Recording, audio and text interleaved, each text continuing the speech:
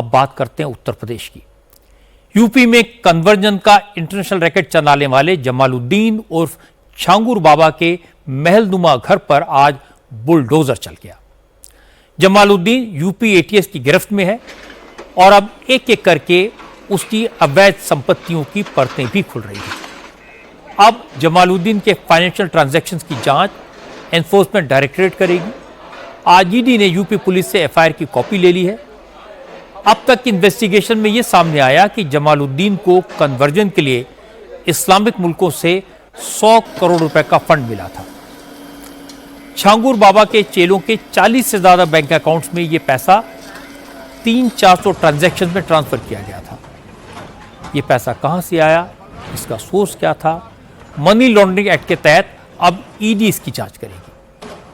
जमालुद्दीन ने धर्म परिवर्तन कराने के एवज में विदेशों से मिले पैसे से जो साम्राज्य खड़ा किया था, उस पर एक्शन शुरू हो गया है। छांगुर बाबा ने उतरौला के मधुपुर में सरकारी जमीन पर कब्जा करके जो आलीशान कोठी बनाई थी, उसका एक बड़ा हिस्सा आज गिरा दिया गया। यह कोठी जमालुद्दीन के साथ गिरफ्तार की गई नीतू रोहरा उर्फ नस्तीन के नाम पर है। इसको लेकर नोटिस जारी किया गया था। एनक्रोचमेंट को हटाने का ऑर्डर भी जारी हुआ था, लेकिन इसे तोड़ा नहीं गया। नोटिस की डेडलाइन खत्म होने के बाद आज सुबह पुलिस के साथ बलराम प्रशासन की टीम बुलडोजर लेकर वहां पहुंच गई। बंगले का सामान पहले ही खाली करवा दिया गया था। इसके बाद दिन भर इस कोठी पर बुलडोजर चला। बलरामपुर के डीएम पवन अग्रवाल ने कहा, यह कार्रवाई यूपी सरकार के अभियान का हिस्सा है और यूपी में माफियाओं ने कई सरकारी जमीनों पर कब्जा किया हुआ है। जमालुद्दीन ने भी कई हेक्टेयर की सरकारी जमीन पर कब्जा किया था। उस अवैध कब्जे को हटाया जा रहा है। इस कोठी को तोड़ने का काम कल भी जारी रहेगा। जैसा कि सरकार की सर्वोच्च प्राथमिकता है कि जो भी अवैध अतिक्रमण करता है या माफिया प्रकृति के लोग जो सरकारी भूमियों पर कब्जा कर लेते हैं, उनके विरुद्ध कार्रवाई की जाए। उसी के क्रम में आज कार्रवाई की जा रही है और अवैध कब्जे को हटाकर सरकारी भूमि को मुक्त कराया जाए। जांच में पता लगा कि जमालुद्दीन कुछ साल पहले तक साइकिल फेरी लगाकर अंगूठियां और नग बेचता था। इसके बाद वो हिंदुओं को लालच देकर इस्लाम कबूल करवाने के धंधे में लग गया। जमालुद्दीन से छांगुर बाबा बन गया, खुद को पीर बाबा बताने लगा। विदेशों से उसे पैसा मिलने लगा और कुछ ही सालों में छांगुर पीर बाबा करोड़पति बन गया। आलीशान कोठी में रहने लगा, बड़ी बड़ी गाड़ियों में चलने लगा। आज छांगुर बाबा की जिस मकान पर बुलडोजर चला, उसके एक हिस्से में हमारी संवाददाता रुचि कुमार पहुंची। कई एकड़ में फैले कंपाउंड में 2 अलग अलग शानदार कोठियां बनी थी, जिसमें से एक को आज तोड़ दिया गया, लेकिन जो दूसरी कोठी अभी सही सलामत है, उसके भीतर मौजूद सुविधाओं को देखकर आपको अंदाजा हो जाएगा कि जमालुद्दीन ने धर्म परिवर्तन के रैकेट से किस कदर पैसा कमाया। छांगुर बाबा का ये जो घर है, जो नीतू के नाम पर है, वो किस तरह का है वो हम आपको दिखाते हैं। ये छत है, छत कितनी बड़ी है इससे अंदाजा लग जाएगा कि घर कितना बड़ा होगा। अब आप आगे चलिए। इस तरह से इसमें छत में ऊपर पानी की टंकियां बड़ी बड़ी लगी हुई हैं। इससे अंदाजा लगाया जा सकता है कि इस घर में कितने सारे लोग रहते थे। ये रेवेन्यू डिपार्टमेंट के लोग हैं जो सब कागज़ बना रहे हैं।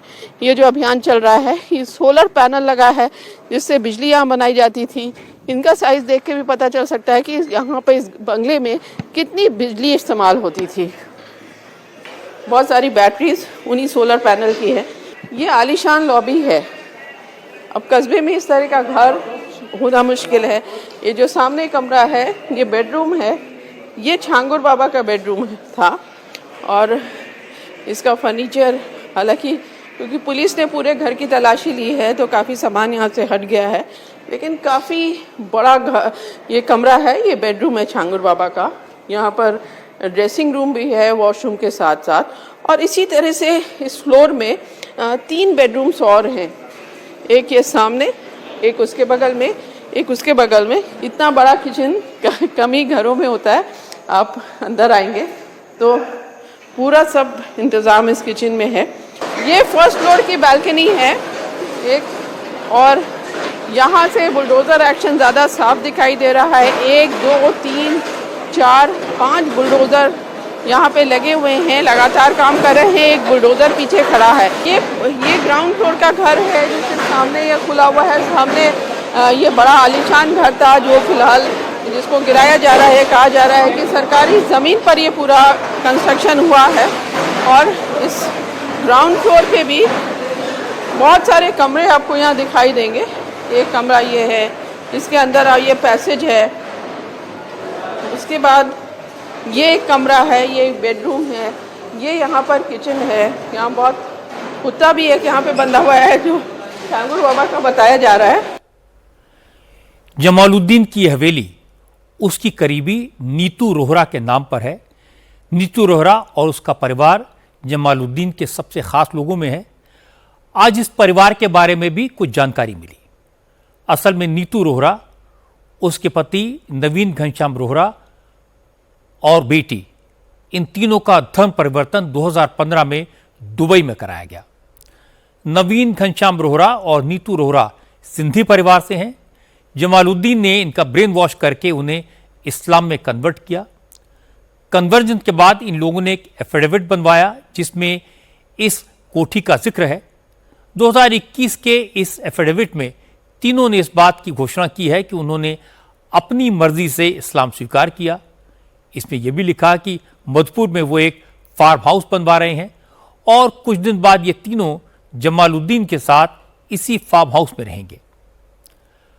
आज यूपी के मुख्यमंत्री योगी आदित्यनाथ ने भी साफ साफ कहा कि छल कपट से धर्म परिवर्तन कराने में लगे छांगुर बाबा जैसे लोगों को ऐसी सजा दी जाएगी जो समाज के लिए नजीर बनेगी।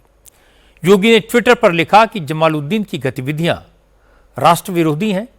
जमालुद्दीन और उसके गिरोह पर सख्त एक्शन जारी रहेगा। उसकी प्रॉपर्टीज जब्त की जाएंगी और सख्त कानूनी एक्शन लिया जाएगा। योगी ने कहा कि यूपी सरकार किसी को भी कानून व्यवस्था से खिलवाड़ करने की इजाजत नहीं देगी। इसके बाद योगी सरकार के मंत्री अनिल राजभर ने बड़ी बात कही। राजभर ने कहा कि जमालुद्दीन के तार बहुत दूर तक फैले हैं। जमालुद्दीन के ऊपर एक पूर्व मंत्री का हाथ भी है। बहुत जल्द इस पूरे रैकेट का सच सरकार बाहर लाएगी। मुझे लगता है कि अभी तो ये शुरुआत है। बेटियों बहनों के जीवन को बर्बाद करके जो उसने काम किया है, मैं समझता हूं कि राष्ट्रद्रोह जैसा गुनाह उसने किया है। अभी आप देखते जाइए, अभी तो 18 लोगों के नाम सामने आए हैं। कोई पूर्व मंत्री का भी नाम सामने आ रहा है, एक धर्म विशेष के मंत्री का।